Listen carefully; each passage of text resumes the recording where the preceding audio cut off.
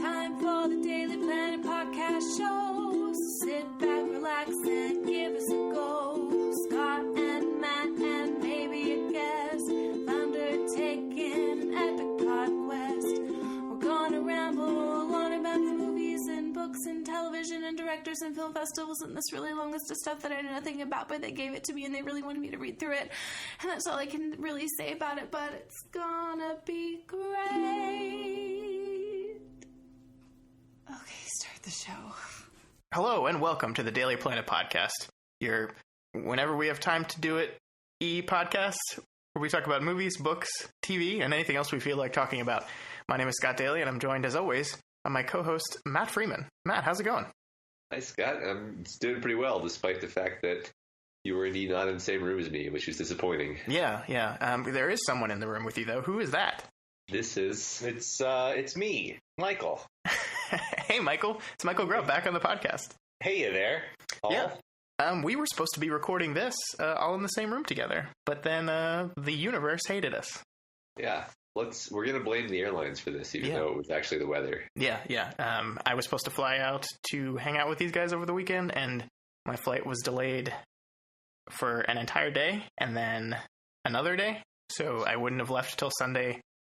Actually, I still would not have left Dallas at right now when we're recording this. So I think it's clear that this is the worst thing that's ever happened to anyone in the history of the world. I think that's surprisingly accurate.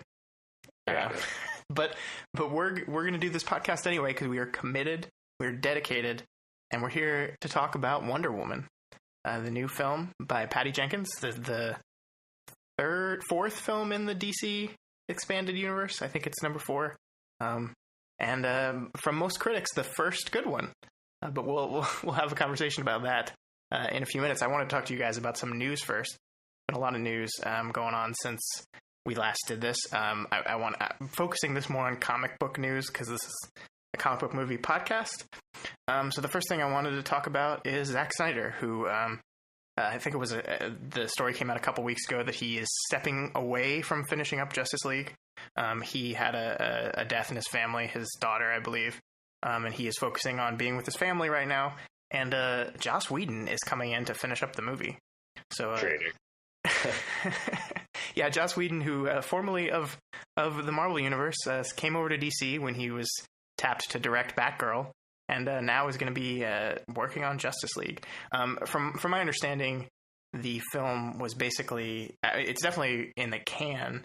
Or wrapped at least. They're still working on editing and post-production and all that. So I would assume that Joss Whedon's way of doing things, the way he shoots, the way he writes, is not going to be very visible in this movie. I think he will most likely keep it true to what Zack Snyder's vision is, but he is going to be shooting some additional scenes. So, Matt, what do you think about all this? You think it's going to result in a better movie, a worse movie, probably about the same?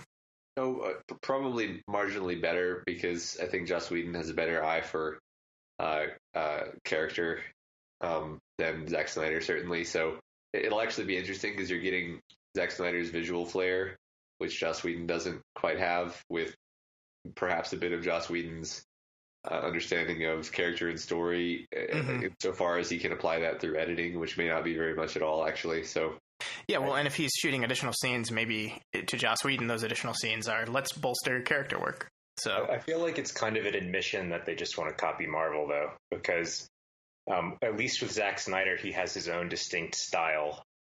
And are they just going for like an Avengers tone now? Like, it seems like with a lot of the DC movies, they've like attempted to have a slightly different tone to their superhero movies instead of being like kind of like jolly and frivolous. They've tried to have an extremely serious tone, which they've kind of undermined on their own a lot. But are they just like fully embracing like, well, Marvel's done it right, so we'll just make those types of movies?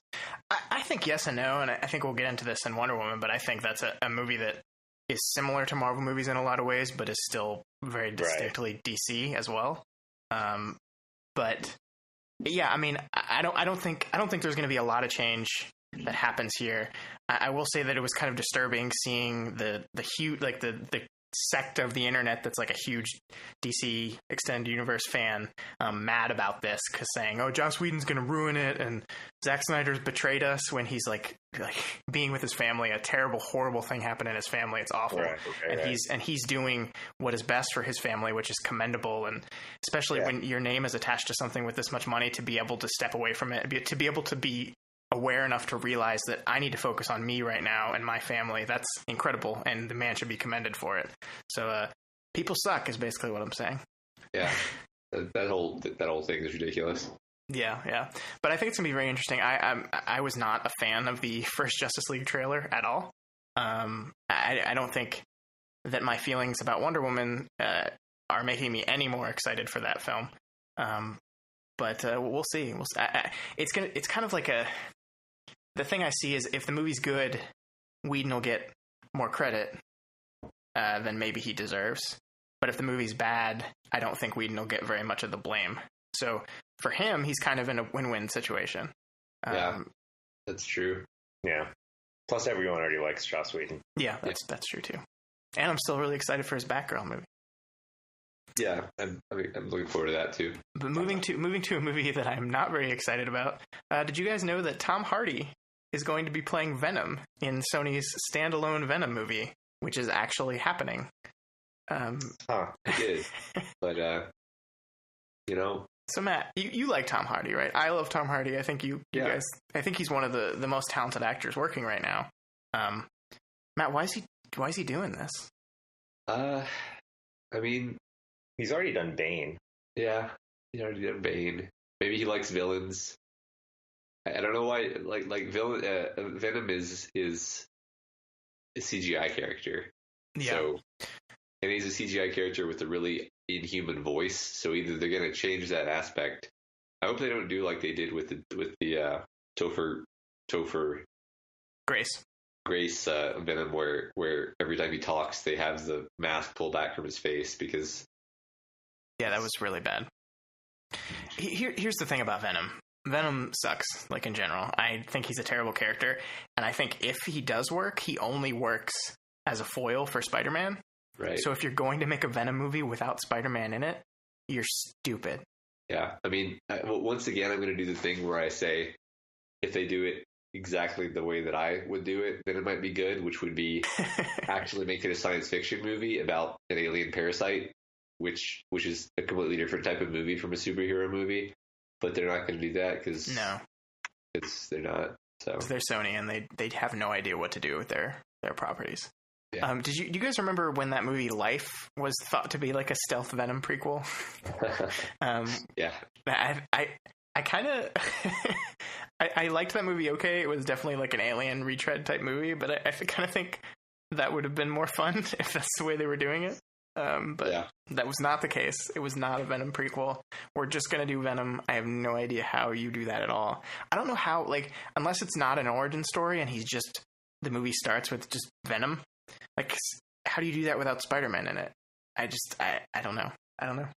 I mean, when they say prequel, the way the Venom symbiote arrives on Earth is like the first thing it does is it infects Peter Parker. Yeah. I mean, that's why the suit looks... That's why Venom looks like Spider-Man, kind of, because he infects Spider-Man's suit. Like that is part of the story. So I don't know. I mean, you could argue that Venom is just the symbiote itself, and they could go a completely different direction with it. But if you're not like going to get the iconic looking Venom, why are you doing the movie? So I don't know. It's gonna be bad. I don't know why Tom Hardy has done this unless he's like a huge Venom fan, which he might be. Tom Hardy's a very interesting person, so that's possible. But I mean, who knows? This could be the DC franchise's Deadpool. But it's still Marvel. It's Venom. Oh, you're right. I knew that. It's just Venom is owned by Sony still. All the Spider-Man stuff is still technically Sony's. Right.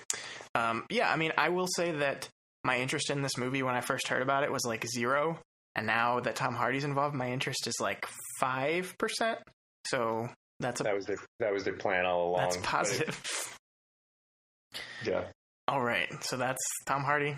Venom, it's supposed to come out next year. I don't know how they're going to accomplish that, but there we go. My last bit of news is Game of Thrones related.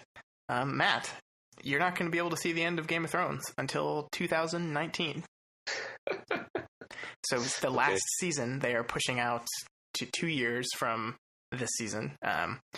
They say this is so they have ample time for writing and production and all that stuff, but to me it just feels like a desperate attempt on HBO to stave off life after Game of Thrones.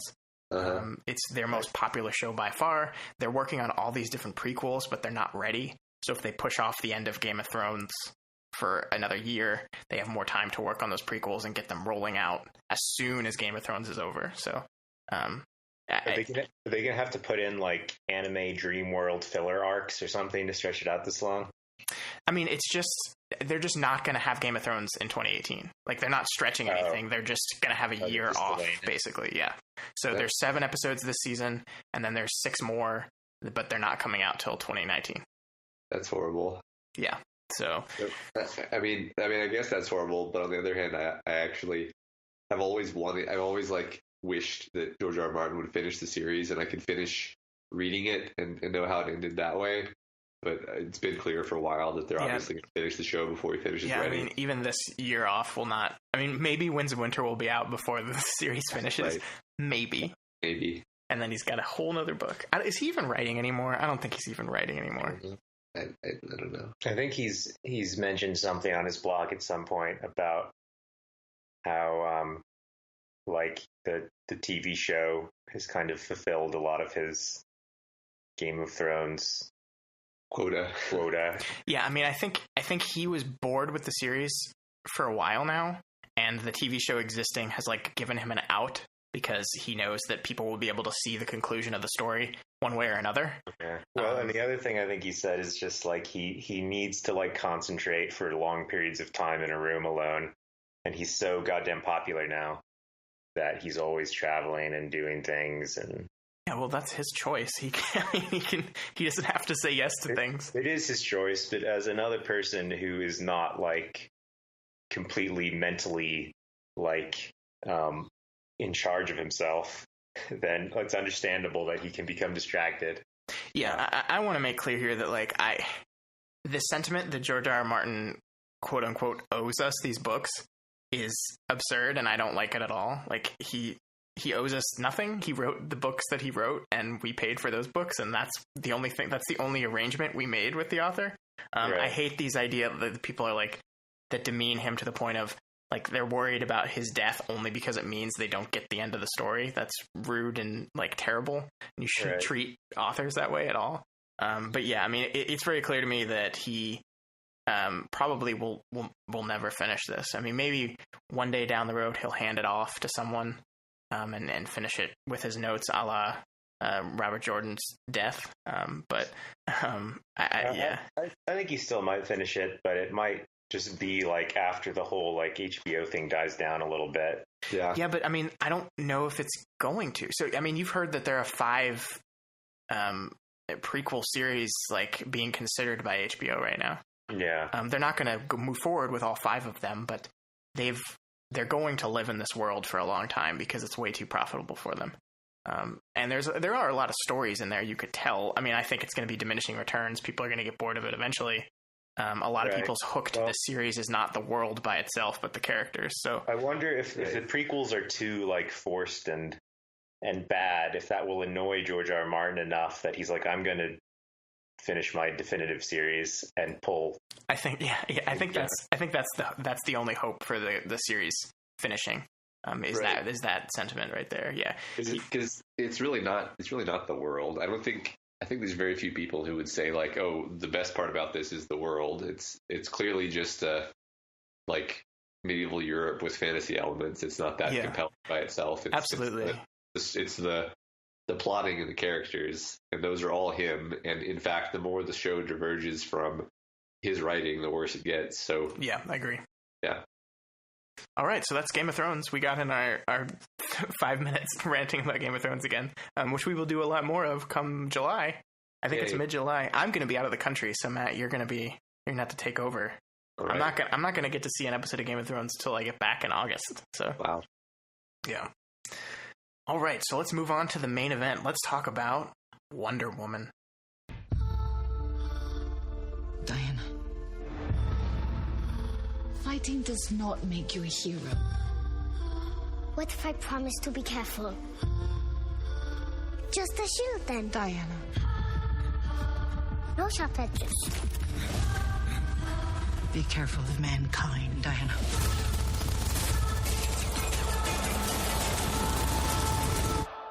They do not deserve you. You've told me this story. Okay, before we like jump in, I want to do like a non-spoiler like overall thoughts section. So if anyone's listening to this that hasn't seen the movie, they will have a clear delineation between when we're talking spoilers and when we're not. So Michael, I'm gonna let you go first from a non-spoiler section. What did you think of Wonder Woman? Well, it might surprise you to learn at this juncture that that my reaction was not as immediately negative as Matt's. That is very surprising. Leaving the theater, I think his immediate reaction was something along the lines of, "How do we get our money back for this waste of time?" or something like that. Oh my god! I see. I went in with very low expectations. If anyone remembers any of the other, superhero podcasts that I've been on, I don't actually like superhero movies. And so from that sense, like I was pretty sure I wasn't going to like this movie, but I do like watching them and looking at why I think they didn't work or what was effective and kind of searching for like, is there a good way to do a superhero movie? And what I did like about this movie is that it had a theme, that was actually pretty interesting, about like good and evil in people, which we can go into more with the spoilers. But I felt like it ended up undermining its own theme, and a lot of the things it was trying to do ultimately like didn't work. But I liked the idea that it had a theme. I liked some of the characters. I really liked the actual protagonist of the movie, who was Chris Pine. But ultimately I can't say that this was like a movie I liked. Yeah, I'm really interested to dive into the theme talk with you, because I had heard that as well. I'd heard that the movie sets up really good themes, and then the third act kind of ruins that. And I didn't feel that way. I was waiting for that to happen in the third act, and I never really felt like it did. So I'm really interested to get to talk to that with you. But first, Matt, why did you hate this movie so much, and what is wrong with you? Yeah, so I guess compliment sandwich time. I felt like it had a lot of dramatic moments that did work really well, and I liked some of the characters, and at several points, like Michael said, I was genuinely like, oh, I see what they're trying to do. They're doing it well, and it's an interesting thing to try to do. So like, big points for ambition and big points for actually pulling that off in certain places. My negative comments mostly can be summarized as like egregious lack of story economy and just long stretches of boring,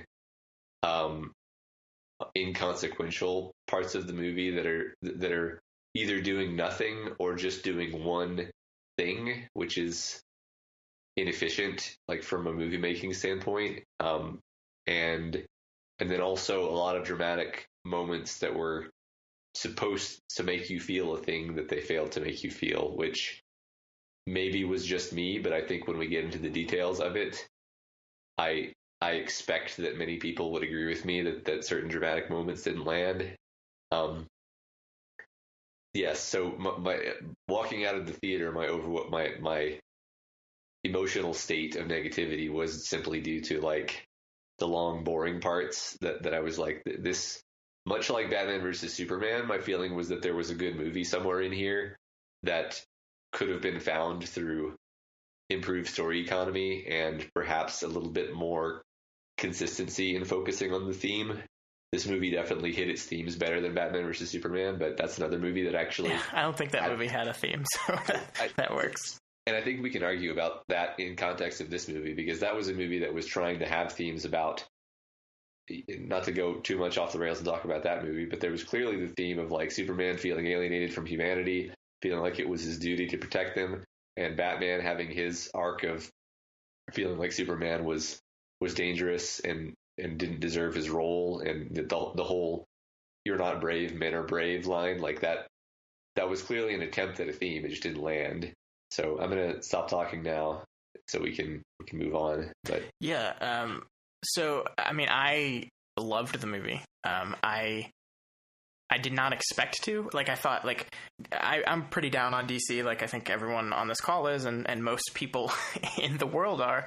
And I was reading all the positive reviews coming out of this movie and seeing how high of a score it had on Rotten Tomatoes.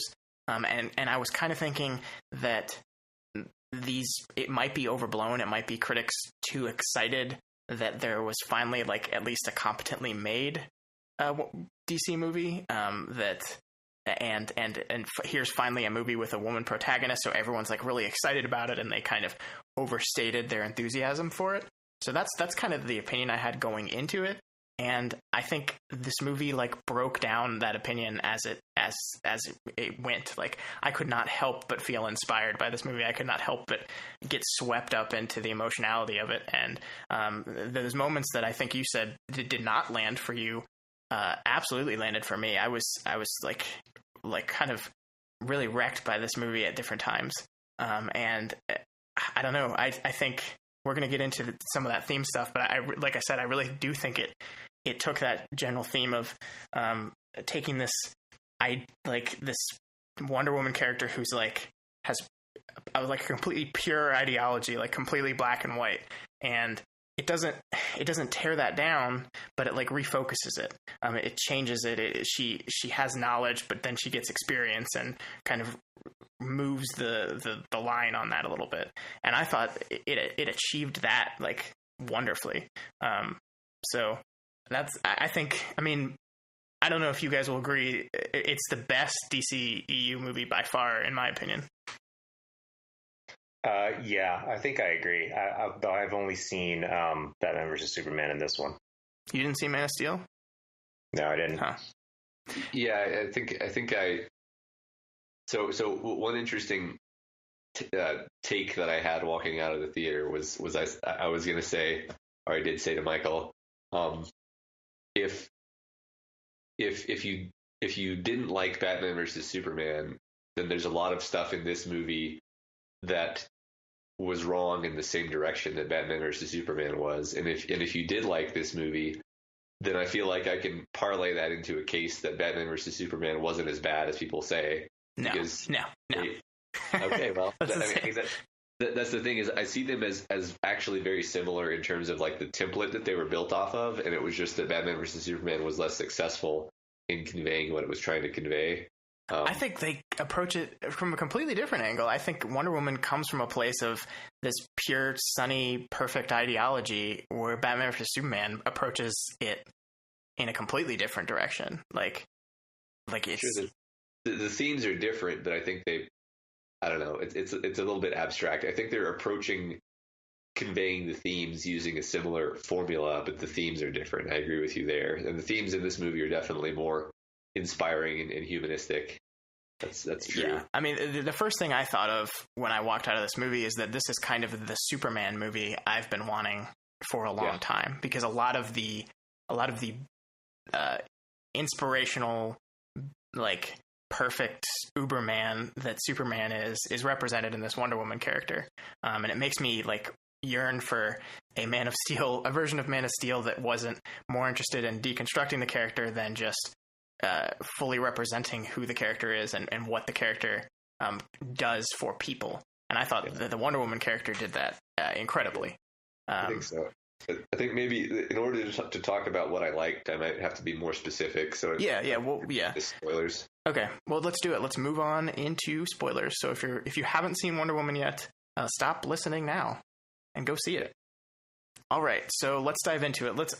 I want to talk about the themes, and I want to talk about, I guess we're going to jump to the end first, because Michael, I want to hear why you think that the movie in its final turn kind of betrayed those themes. Well, I think it's so the scene that kind of builds up to is when she kills the Nazi general, thinking he's Ares, and her whole thought process the whole time has been like, well, if I kill this one bad guy, then the good guys will have win and everything will be fine and they'll stop having a war and so forth. And she does it, and then of course the bad guys are still doing their bad guy things, and the protagonist, Chris Pine, comes up and is like, look, maybe I would really like to believe that too, but the real answer is like things are more complicated, and you still have to like try to do what you think is right and act, but it's not going to be so easy as like killing one bad guy. You have to acknowledge the kind of evil in people, or the dark side of people. Not using words like evil, I think, is even against the idea of that theme. But and then he goes off to do his thing. And at this point, like, I feel like is the moment where she should realize, like, well, maybe things aren't so black and white, and it's not so easy to just like kill the bad guy. But then what happens is the bad guy appears, and it's like, oh no, I was actually right all along. No, not at all. Yeah, hold on. Because then, they fight and all of that. And then she ends up killing Ares. And then, the sun comes out. The Allies suddenly like help the Nazis up, and the Nazis they're all friends. It was Ares' influence the whole time. There's no like. See, no, I didn't read it like that at all. I don't think that's what the movie was saying. There was no like discussion here, like, oh yes, we've been on the wrong side. Now I see. It was she kills Ares, and then suddenly, like, the Nazis are like, I don't know what came over us. And she does like go back and acknowledge the theme in the kind of ending epilogue, like voiceover, where she's like, I learned that, that people aren't perfect. Which is what she should have learned, but I just didn't feel like the ending bit where she kills Ares and that kind of solves things for some reason. See, but I don't think it was her killing of Ares that solved it. I think there's this inspiration give and take between the people that Diana interacts with and Diana herself, and in that moment when she decides that like she's going to recognize that there's bad in people, but there's also good in them too. And like that moment of there's so much more, which worked for me like incredibly. She's drawing upon the men fighting, despite the odds for strength. Like those three characters who very specifically, each of the characters is having their own battle, and they even explicitly say that in the film, that each person's fighting their own battle, but they come together to support each other, and that's where she draws her strength from, and they draw their strength from her. So I didn't see it as Ares is dead, the war is over now. I mean, the war was ending already. Ares really, I mean, the thing that I like is that Ares really didn't do very much. He like, yes, he had this fight with Diana, right, but that to me was just a physical manifestation of the moral fight going on in her head. I like that too. I thought that like compared to most superheroes in Marvel movies, and well, just all superhero movies, I guess I should say, which really has a pretty weak justification for, and you like never know why they're doing what they're doing. I did kind of relate to Ares a little bit. As also being a spurned god of war. Right. Wait, did you say that you're also a spurned god of war? Oh yeah, you didn't know that? That's news to me. No, but yeah, I thought that part was fine. But the thing is, like, the parts about the movie that I thought were good was that, like, they actually went all the way up until that point without really having any like supernatural elements. I mean, they had like the stupid strong pills or whatever that the gas lady made, which were kind of irrelevant. Like, they could have easily just dropped that. Yeah, I agree. That was unnecessary. I don't know why they did that. But I think it kind of helped me realize a few things, that the only superhero movies I've ever liked have been the origin stories. And I haven't fully liked those, but like they work as movies. I think they have pretty good like arcs, and you like the characters more because of the way they're first basically introduced as like human, and then they kind of have to learn how to be a superhero or whatever. So there were parts of the movie I liked were like after Wonder Woman left the army and was like interacting with the normal world, but with this twist that she's not a normal person. And so some of the things that she didn't understand about human society were kind of like interesting observations about human society, or just, it was kind of like a believable mechanism of like pointing out things that they wanted to point out. And during this period, they had various characters that you could emphasize with, like even the main character I thought was Chris Pine did a great job acting. He did. His character was pretty likable. Even his like little like lazily kind of created group of friends who didn't really have their own arcs, like you kind of liked them. They did a pretty good job of making them of giving them a caricature at least right away. Yeah, I mean, I liked those guys a lot. I mean, you're right. I don't think they had an arc, but I think they each had a different thing that they were struggling with that helped Diana realize that things in this world are not black and white. There's not good and bad. Right. It's everyone's suffering and under their own strain. I thought they were a very good job at representing that without having their own individual arcs. Yeah, and that part was all good. And then I guess I was kind of disappointed with the whole Ares thing at the end, because like it was actually a neat idea to be like, oh, there is no supernatural evil here. It's just her realizing like that evil is complicated. I will say that I agree with you that when Ares first did appear, when it ends up being the British general, whatever he is, my first initial reaction was, oh no, here we go. Right. But I do feel like, as much as I think that's the weakest part of the film, and I do, I do feel like the thematic struggle within Diana at the end worked really well, and I really liked that she loses Chris Pine's character Steve, which what's up with superhero movies and guys named Steve like dying in airplanes, like that happens a lot. But she loses Steve and like loses control and starts beating the shit out of everyone, and then like the Dr. Poison character is sitting right in front of her, and like she's about to literally throw a tank on her, and like her face thing, her face guard goes away to reveal this ugly, gross scarring, and like it's this moment of realization that like even she's suffering from her own internal battle. I just really loved that moment. It's not my favorite moment of the film. But I mean, this was a way to end it. Like, it's difficult to imagine a really satisfying ending if they didn't have the Ares, because it's like, oh, everything's complicated. So now as a result, the ending's not going to be really black and white, and it's going to be hard to like notice when the victory is. But I just have this like lingering, like I feel like that there was somehow more there. I think that's fair. I think the triumph in that moment to me is not Diana killing Ares, it's Diana making that choice, and I think that's the important part, and I think the movie handled that well.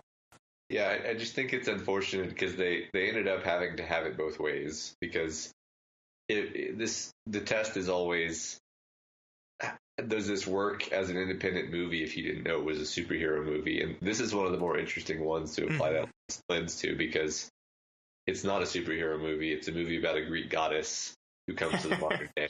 And that's very different from a normal superhero movie, which is usually about a normal person who suddenly finds they have powers. She's never a normal person. She's like even less of a normal person than Clark Kent, actually. Right. Yeah, but I think that when I was talking earlier about how the difference between Marvel and DC, I think that's what it is, because I think in the DC pantheon, these are literal gods walking amongst men.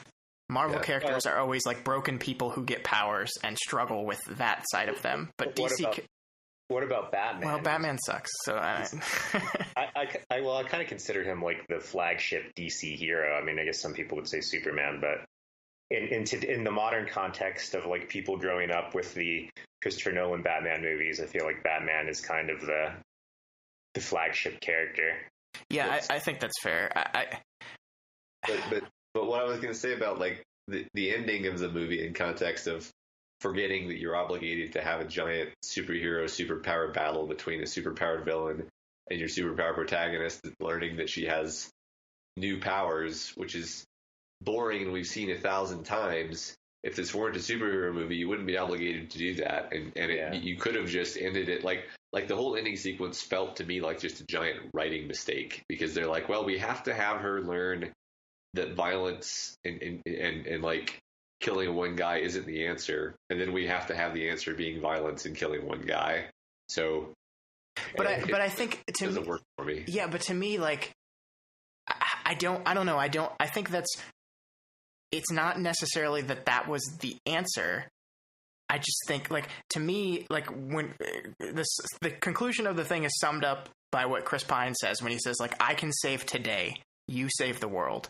Because, like, she is this all-powerful goddess, basically, and she has to come to this realization that, like, first of all, she can't save everyone. There's things that exist in the world that she can never cure it of. Like, she's never going to be able to bring peace to everything. But, like, she, like, through his sacrifice, she learns that, like, people are capable of doing great things as well, and she needs to defend those type of people and those type of actions. And so I think that's the end conceit for me, is that realization for her. And I like, it's not, and I think you're right. There has to be, it's a superhero movie, so there has to be this big battle at the end. But I think it didn't bother me as much in this one, because her fighting Ares is just more of a cinematic way to represent that internal struggle within her. And like, I think it worked here, whereas in many films it does not work. Yeah. So I think people can actually have legitimate like valid disagreements over whether that worked for them or not. I think, like, that wasn't my least favorite thing, though. That was just like, I was like, oh, you know, I wish they had done that a little bit differently, but I actually, like, felt things during that sequence, especially related to Chris Pine's sacrifice. Like, that was correctly done in all ways. It was actually, like, the beginning of the movie that I found most boring. And so everything on the island. Yeah, pretty much. A lot of that was pretty cringeworthy. I thought that they could have accelerated that a lot. I agree with you there. I think that there's this inclination that all these superhero movies have to be 2 to 2.5 hours long now, and I don't think that's necessary. I think they could have had her on the island still and hit a lot of the same beats in a fraction of a time. I'll give you that for sure. They need to show her as a child. Like, that was not necessary. Yeah, I agree. They didn't really need to show us as much of the Amazons and their, like, culture as we saw. It's like, it's not. It was actually just awkward and like, I don't know. I was just conscious the whole time of, like, these women are doing fake accents and they're wearing armor which is clearly made of plastic, and I don't know why they're wearing the armor everywhere, because there's actually no threat, and because it looks cool. They're all, like, even though they're all very confused about what their purpose is, and it doesn't make a lot of sense that, like, they shouldn't train Diana to fight in their safe island environment and not, like, tell her any of the things she needs to know to not be killed. I'll agree with you that the Diana's mother character was not very well thought out. I did not understand her motivation, other than I love you and want to protect you, but that doesn't make any sense. Yeah, I'm gonna let you believe this sword can kill Ares, which could very well get you killed later. yeah. But did you? I don't think that ever, like, they played it kind of as a reveal, but also they didn't, because they made it so obvious throughout the movie that it was her. Like, they have like characters 4 times be like, "You didn't tell her," so it's like, I mean, I guessed it from the moment they showed the sword. I was like, that's not it. Yeah, because she says that's the God Killer, and her mother gives her that look, and I'm pretty sure right. You're definitely supposed to get in that moment. Yeah, I don't think that's a reveal, but it is for Diana, which is important. But it's not really that important of a reveal. It isn't. You're right. I mean, I think it's important. The only aspect of it that is important is Diana views the Amazons as these perfect creations that can only do good, and like this realization that she's not one of them and instead shares blood with Ares, this guy that she's hated her whole life. I think that is important. She already knew that, though, because she did. She was the daughter of Zeus, right? Zeus, not specifically. No, Zeus. Her mother sculpted her out of clay, and Zeus brought it to life. She thought she was an Amazon. But, well, no, because they told her that she wasn't an Amazon on the island. remember when she was like, Amazons do this, and then her mother's like, you're not an Amazon, so you don't get to say that. I guess, yeah. But So, I that actually bums me out kind of. I wish they hadn't have done that, because I like this idea that one of the things that bothered her most about Ares was, and her learning that she's the God Killer, was that she is or could potentially be the same as him. Right, yeah, there could have been a neat reveal there where he's like, actually, I'm the one who let you live out of clay. Yeah, that would be, yeah. Because you're this, like, perfect warrior goddess, much like I am. I do want to talk about my favorite part in the movie, though, if we can transition. Because my favorite part of the movie is when she steps out of the trench and goes charging towards the line. I think that whole scene represents, like, exactly... And that's why I think this is a better Superman movie than just about any Superman movie I've ever seen, because, like, her stepping out there and taking all the attention and inspiring everyone else to charge the line and go forward is, like, to me, what a superhero is supposed to represent for people, that, like, they inspire people to achieve or reach for greater things themselves. And I loved that moment. I loved it so much. That's when I got emotional. Yeah, I have mixed feelings about that. Because, and maybe it comes back to one of the reasons I don't like superhero movies, but I don't know what it's supposed to say. Like, it doesn't say anything about the Wonder Woman character, because in a normal movie where you're not a superhero, if you, like, do something brave that you, like, know can get you killed, then that's like, oh, that's a brave thing that character did. For her, though, she's like an invulnerable warrior goddess. Like, you know, like, she's not going to get killed. And it's not that, like, the point isn't that, like, the British people could have done this any time. They just weren't brave or inspired enough. It's that, like, they literally couldn't do it because trench warfare, and they just all get killed. But now that they have a god on their side, they can. I mean, yes, I guess I get that, but I mean, I kind of don't see it. Like, I mean, you're absolutely right that doing that was not quote unquote brave. It was just her being Wonder Woman. Right. Like, that's just who she is. Yeah. That's just what she's going to do. Exactly. And as a god, like, as a war goddess who, like, leads an army to victory, like, that's a story that exists in, like, myth archetypes, and it's fine.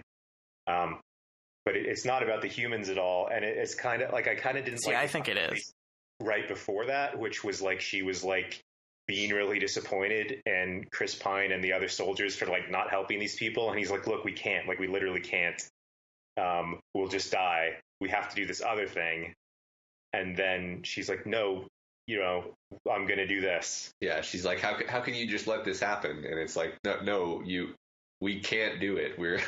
Yeah, but that's her lack of understanding so far. She hasn't fully come around on her arc yet. She hasn't fully realized that things are more complicated. Like, that's what I love, this train starting from her, like, talking to the generals and yelling at the generals because, like, you're not on the front lines with your men. What's wrong with you? Like, that shows a complete lack of understanding. I like that part too, and then also her not understanding of Chris Pine's lie, which, like, you as the audience originally recognized as a lie that, like, any hero would do, is like, I'm going to go anyway. Yeah. And that was good, but I felt like they kind of undermined the scene with that, like.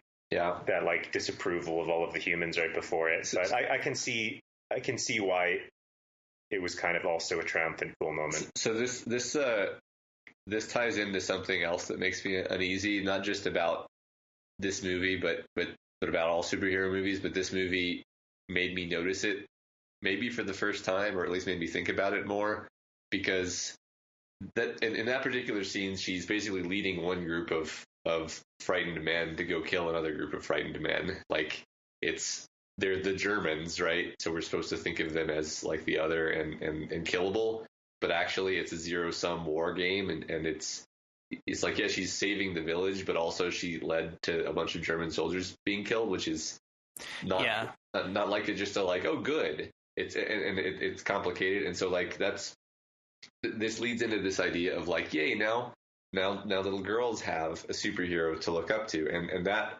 made me think about how, like, I don't know how healthy it has been for me as a male to have superheroes to look up to, because you don't you can't look up to Superman and be like, someday I'm going to be like Superman, because you can't be like Superman. You like at most you can maybe be like Iron Man, in the sense that you can use your wit and wiles to make yourself stronger and a champion for people. But even that is not like a realistic thing to aspire to. So you certainly, a little girl certainly can't hope to be like Wonder Woman in the sense of an invincible demigod. But I don't think that's what it's about. And I mean, I think this is a reason why Superman is my favorite superhero, and a lot of people find him boring, is because it's not necessarily about like wanting to be Superman and like seeing Superman's bravery. It's about that being a symbol, an image, and a point of inspiration for people to tackle the difficult things in their lives. And I think that's what this scene does. And I agree with you that there is some moral justification going on here. Where the scene stops to say that the Germans have taken people slaves in the city was very much intentional, an intentional beat to make you say, okay, well, then they're definitely bad, and just let's move past it.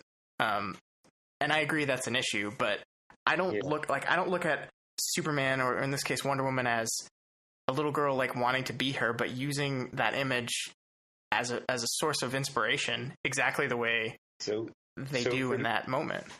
For me, maybe this is one reason why I don't like superhero movies, is because that's not how it inspires me, but rather it kind of like disheartens me, because the message I get is you need to be born special to make an impact. And in all superhero movies, it's not, the human characters are generally irrelevant. Like maybe they'll do something cute, like flip a lever or something, while Superman's like fighting the big bad or whatever. But it's kind of like, well, you can rely on these heroes to save you. The message that doesn't come across to me is like normal humans have the agency to solve problems in super dramatic ways. But that's what Chris Pine did in this movie. I like that about this movie. But I think as far as like superheroes in general, and the scene earlier with like the trench and stuff, that's why it doesn't have as big of an impact on me, and I kind of am annoyed by it. But I did like the Chris Pine moment where he actually did something, although, you know, whenever that kind of thing happens, you also have the nagging thought in your head, like, well, Wonder Woman probably could have just jumped up there and blew it up and then come right back down and killed Ares. But yeah, I mean, maybe not. I don't know. Those are all my thoughts. To me, like the most important moment of everything, where she charges out of the trench and goes into the city, is this really small, tiny beat when like she's trying to get the men to come together and go out, and the one Irish guy with PTSD is like, maybe I'd be better off if I just stayed back here, and she says to him, but we need you to sing for us. And like that to me is like what Wonder Woman can do, what Superman can do, like inspire these guys when they're at this moment of complete self-doubt and kind of hopelessness. And I think that's what she does. And she uses her power to liberate the city and bring this to these people, and that in turn inspires them to keep going forward. And yeah, I get what you're saying with that. I think that's, again, the separation between a lot of the DC and Marvel heroes, where Marvel definitely is people that are not born special. They're like, Spider-Man is just a nerd that got bit by something and then developed powers, and he's constantly struggling between being just a guy with superpowers as a normal human being and what that means. But this worked for me in this very specific case of, I don't identify with Wonder Woman. I look up to Wonder Woman, and I think that's really cool. Yeah, I mean, I think that is a really sharp distinction, actually, between Marvel and DC, is that DC has definitely multiple characters who are sort of almost religious figures, in the sense of being like morally heroic, like being icons of moral, like absolutism. Yeah.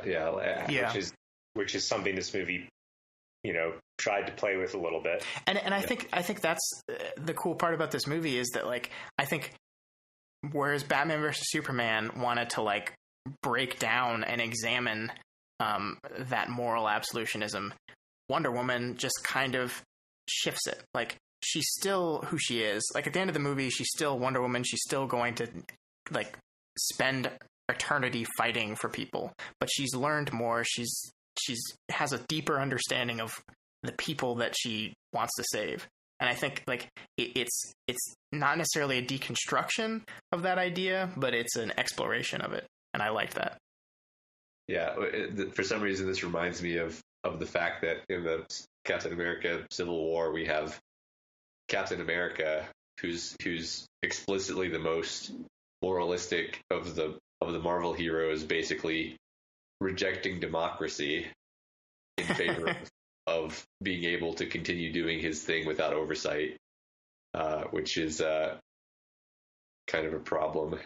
Yeah, but I mean, I don't want to get into a whole Civil War conversation. I think that's a result of his continuing arc throughout those movies and how he started off as this government guy who was pro-U.S. government and believed, and over the course of his films, Winter Soldier in particular, he's, like, been completely like devastated to learn, like, how much corruption and terribleness there is within those authority systems. Like, Civil War is basically him learning that this group he was part of and defending and fighting with was actually corrupt and terrible and just as bad as the Nazis, because they literally had Nazis inside of them. But yeah, I mean, I don't know. Like, I definitely get your guys' point of view on both of this, and I don't think either of you are wrong. I just, for a lot of the reasons why it didn't work for you, it did work for me, and I think that's just a fundamental difference in what we want or get out of these movies. Yeah, I agree. This one didn't frustrate me in the same way as others, where, like, I don't understand why people keep watching these movies. I can understand why you would like this movie. The one thing I did want to say, though, is, like, I've seen a lot of sentiment online about, like I'm not excited for the rest of the DC universe, but I am excited to see where Wonder Woman goes from here. And I'm not. Yeah. Because, like, she's found who she is. She's comfortable with who she is. Like, her story's done. And you could maybe do something interesting with that in the future, but I think it's going to be diminishing returns. Yeah, we've completed her story. There's no... that's a completely misplaced desire to be like, oh, this was a great story. I want to see part 2 of it now. It's like, no. Yeah. If you want to see part 2, then that means you don't feel that it wrapped up well, and this did wrap up well. Yeah, I was interested to see. I heard that the sequel to this is going to take place in modern times, but it would be interesting to see Diana dealing with World War II. Right. And the atomic bomb that was not created by Ares whispering in someone's ear. Oh yeah, that's funny that I kept saying, like, Nazis in this movie, but they weren't even actually Nazis. No, they weren't. Yeah, it's World War I. Yeah. So the only other thing I wanted to add: how did you guys feel about the action, the filmmaking of the action? Because I guess we've just committed to this idea that DC is just going to use this slowdown filming for all of their action scenes, and I kind of hate it. I think this movie's really well directed, but I hated a lot of that, like, slow-mo stuff. I hate all superhero action because I think it's without tension, because you're never worried that the superhero can get injured, and he can't get injured, and that's pretty clear as they're, like, thrown through buildings and stuff. So that's not what the tension of the scene is, Michael. I understand that, but then why have these prolonged fights? Yeah, it's the same lack of economy that I'm talking about in general, that, like, the scenes where she beats up all the guys in the trench and then goes through the town and beats everybody up, you're just, the only moments when you care at all is when the camera goes over to what the three humans are doing, or the 4 humans are doing, because you actually think one of them might be injured. So she's just beating them up, and yes, I dislike it even as, like, fight choreography, which is something I think of. I like. I don't know if I'm a fight choreography buff, but, like, it's something I definitely pay attention to. I mean, I thought like the Doomsday fight in Batman vs Superman was strictly better than any of the fights in this movie, pretty much. Oh my god, I hate you. Like, I kind of hate you too right now. Like that was actually that actually had some dynamism to it, and you could tell where people were standing relative to each other, and you understood who had the upper hand at any given time, which changed back and forth. Whereas anytime she's fighting mundanes in this movie, it's just like, first of all, I don't even know why she uses a shield. Like she could just like walk up to them and like punch them. She's not bulletproof, Matt.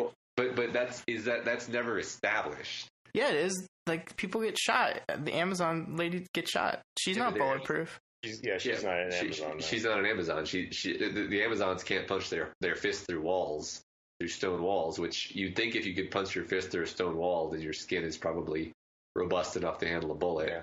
And the other thing about that I really hate about all superhero fights, and it was really obvious in this one, is just the bad physics, which pulls me out of everything. Like, momentum is not transferred correctly, and like it's the same like thing in your head that makes you think like CGI is bad, right? And where most of the time it's just like, well, your brain knows the physics aren't working right. So there's one thing to like try to have like a strong superhero who has some kind of powers, but you're still trying to make it like visually realistic, and I don't feel like they did that in this movie at all. There are several like weird, like when they like shield lift her up to the clock tower, it's like there's no significant momentum imparted there, and also like the preservation of momentum from her leaping off of it would have like crushed them. You're thinking too hard. The point of that scene is that they come together to. The point is, like, I'm not thinking hard. Like, I can think hard because, you know, I'm like a physics professor, but your brain like sees. I think most people's brains see that and are like, that looked fake. Yeah. So on a related note, what took me out of the movie literally 10 times in the opposite direction was, okay, let me give you a contrast. Like, Clark Kent always gets the scene where someone tries to like shove him, or he like shows that he has an uncommonly strong handshake, and it kind of reminds you that Clark Kent is basically an immovable object who has to continually pretend not to be. And in this movie, you have Chris Pine 100 times in the movie puts his hands on Diana and like moves her or like restrains her or like pulls her back out of a situation that she's being awkward in. And I'm like, every time that happened, I'm like, how is he moving her? She's supposed to be able to lift a tank. I think you guys are just. I mean, I wasn't thinking about it. It was just I would notice it. I'd be like, "Yep, again, we realize this is just a woman actor standing in a room with Chris Pine." You got to let that go. You're always you got to suspend your disbelief. Like, but they don't. They do it right with Superman though. So why don't they do it right with her? I don't think they do it right with Superman. No one ever restrains Clark Kent. Oh yeah. So. Well, yeah. But anyway, it just gets back to like why I don't think the fights are interesting, because there's no rules. They can just do whatever they want. The most laughable moment to me was Wonder Woman's like Dragon Ball Z energy blast to kill Ares at the end. That just kind of came out of nowhere. It was established in the first act. Well, not really, but she used it against her aunt. That was the first energy wave thing. I'm talking about like the focused lightning bolt beam.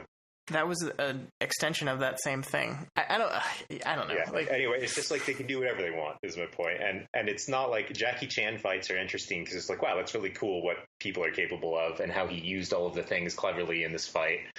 And there's just nothing for me to enjoy about superhero fights. You're not impressed by anything because it's like, well, they have lots of powers that are undefined and infinite when convenient. You don't know when to be afraid, because like you don't know when they're like, oh well, right now she can be hurt, so you should be concerned about that, or you know, like I don't like it. If they had, even if they had just established that she's not actually bulletproof, that would have gone a long ways for me, because she never gets injured a single time after the scene on the beach, and it isn't until after that point that her like superpowers start to manifest. Or at least take hold. Like I don't know. I think that you should go with not bulletproof unless otherwise indicated, and she never lets a bullet hit her. Well, she should have though when she was charging the machine gun trenches, and she's like naked except for her shield. Yeah, I don't know. Guys. Okay. I didn't like when they did the slow down action. The rest of the action was fine. When they did the slow mo stuff, it bothered me. Yeah. I mean, we're not. I don't think any of us are arguing. Actually, it's more like different levels of unrealism will snap a different person out of a scene. Because like obviously a person doing something superheroic is unrealistic, but a different person is going to have a different level of pickiness about whether it was portrayed in a self-consistent way, I guess. Mm-hmm. All right. Is there anything else before we close this out? I'm very surprised with how things ended. I expected me to be on one side and Michael to be on the other and Matt to be in the middle, but it was kind of the opposite. So that's good. It changes things up. I like it. Yeah. All right. Well, that's it for Wonder Woman. I hope people out there see it, even if you don't like it as much as me. Probably won't hate it as much as Matt. All right. So let's move on before we wrap this up. Let's just talk quick about what we've been watching since we last did the podcast. Matt, you want to go first? Yeah, this is something I thought I might as well mention in this podcast series was that I in one weekend I had some special circumstances, so I watched Batman vs Superman, Suicide Squad, and X-Men Apocalypse, not back to back, but like over the course of 2 days, basically. You poor bastard. And I live tweeted it if anyone wants to go see how that was. It was. I think probably the most salient tweet was at some point. I think I saved Suicide Squad for last, and I tweeted that this was a mistake because I'm finding things to like about Suicide Squad because my standards are so low at this point. But overall, they were all just pretty disappointing in different ways, though. That's probably another reason why I'm a bit more like. Kind to Batman vs Superman is that when you compare it back to back against Suicide Squad, it seems like an actual movie, whereas Suicide Squad is not. Yeah, I mean, I'll agree with you on that one. Although I still think Batman vs Superman is just a mess that isn't even aware of what it's trying to do scene to scene. I think that movie is just a disaster. But Suicide Squad is basically a trailer cut into a movie. So yeah. So I can't believe you did that. What was your favorite Batman vs Superman though? So most of Apocalypse was boring and bad, but it was so bad. I liked parts of it because ever since I was a child watching the X-Men cartoon, I've kind of wanted to recapture the feeling of that cartoon, which was very like melodramatic and I felt like the ending act of that movie actually captured exactly the right level of melodrama, which part of me recognizes is not actually a good movie, but it's what I always wanted from an X-Men movie. So I appreciated it, but it wasn't a good movie. That's fair. How'd you feel about how Xavier lost his hair? Did you like that? That was stupid. It was so stupid. Yeah, and then obviously now he's permanently bald, I guess, because of that. That's how that works. Didn't you know? Yeah. All right. Michael, what about you? What have you been watching? So to stay on theme, I watched a superhero movie, Guardians of the Galaxy 2, which I actually enjoyed. Wow, I can't believe that. We should have had a podcast about that. Or maybe it would have been less interesting if we weren't yelling at each other. Yeah. Well, yeah. I think Guardians of the Galaxy has like fully embraced a comical kind of cartoonish tone, while in a way that allows it to still have dramatic moments that you care about. But the tone is such that it's not like you're not just completely in disbelief at the world, because the world is kind of cartoonish and weird. Yeah. I mean, they're my favorite of the Marvel. Both of them are my favorite of the Marvel movies. So. Yeah. But the thing I really want to point out with Guardians of the Galaxy 2 is I was like, well, Guardians of the Galaxy 1 kind of worked. I kind of had some cool ideas with it. I don't know if I've ever seen a good superhero sequel movie because it's like, what do you have left to do? But I thought Guardians of the Galaxy 2 actually kind of like immediately at the beginning of the movie, like got into its own story.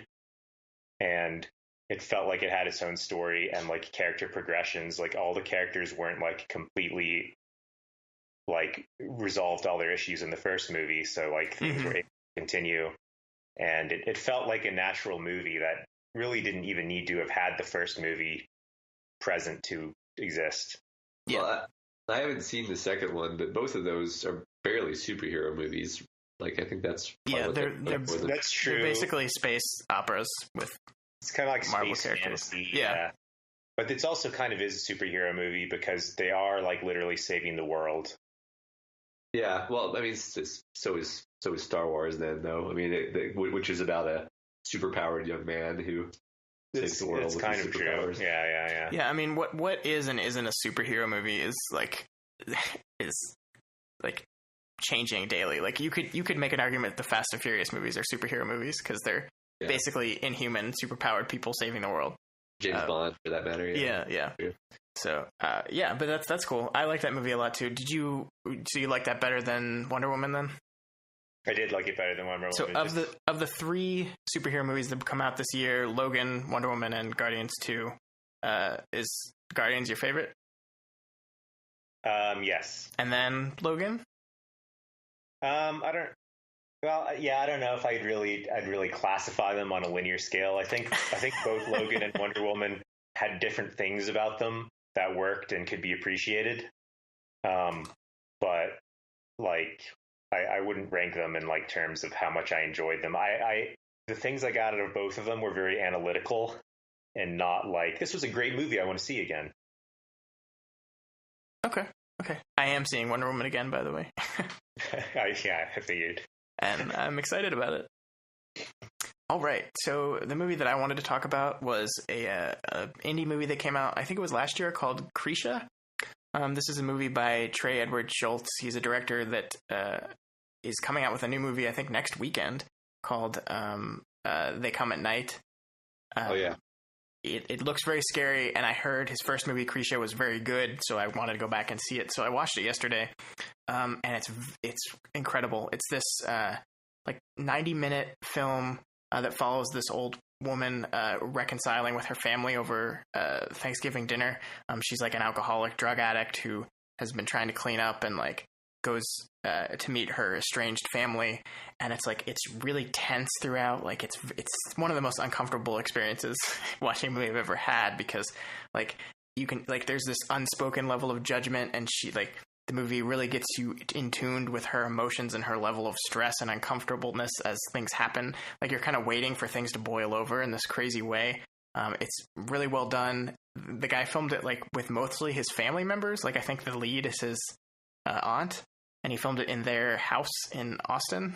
So it's very low budget, but the cinematography is really interesting. The cinematography and the score combine to get you into this mindset where you're just like squirming in your chair. It's really good. It's on Amazon Prime right now for free. So if you want to check that out, I would strongly recommend that. And then the reviews for It Comes at Night are looking pretty good. So then you can go see that next weekend. Cool. I might have to go see those. Looking forward to that. That looks pretty terrifying. Yeah. This movie was not scary much as it was tense. So if you're not into horror movies, Krisha is not like a horror film. But it was really good. All right. So that's all we have for this week. Kind of a bonus episode a little bit. I wish we were all in the same room together. That would have been so much more fun, but I'm so glad we got to do it. Michael, thanks for seeing another superhero movie for us. No problem. Happy to take the sacrifice. All right. I don't know when we're going to have another episode of this podcast, but as always, we will have our weekly podcast, We've Got Worm, over on its own feed. So if you read the web serial Worm by Wildbow, Matt and I go through that every week and deconstruct it and talk about it. And it's pretty popular so far. And if you don't read Worm, then why aren't you doing that? Parahumans.wordpress.com. Yeah. All right, Matt, where can you be found on the internet? I tweet, live tweet terrible movies at More Dinamail. All right, and Michael doesn't have a Twitter, so he's nowhere. You'll never find me. I am also on Twitter at Scott Daly 85. That's DALY. The Twitter for this podcast is at Daily Planet Films. You can see all the other podcasts we do, all the writing we do, and more at dailyplanetfilms.com. If you like what we do here, you can donate to our Patreon account. What's that at, Matt? at Daily Planet Films, DALY. Well, it's patreon.com/Daily Planet Films. Patreon.com/Daily You failed. If you just type Daily Planet Films into your search bar, you might find it that way too. Yeah. We really appreciate all the money that people have supported to us. We're almost to our next goal, which is bringing back our Daily Planet Book Club, which is a fun thing we did a couple years ago, but we put it on hiatus because we wanted more audience interaction. So we figured once we get to that goal, we'll have enough audience interaction to do something like that. So that's going to be really fun. You can check that at patreon.com/Daily Planet Films. All right, guys, let's wrap this thing up. Thanks so much again, Michael and Matt, and we will see you next week or another time. Later. That's all, folks. Well done. The podcast is over. It's done. We hope you all had some fun. Go back to your work or your school. Maybe the gym. Hey, that's cool. Regardless, just go away. But please come back next Friday.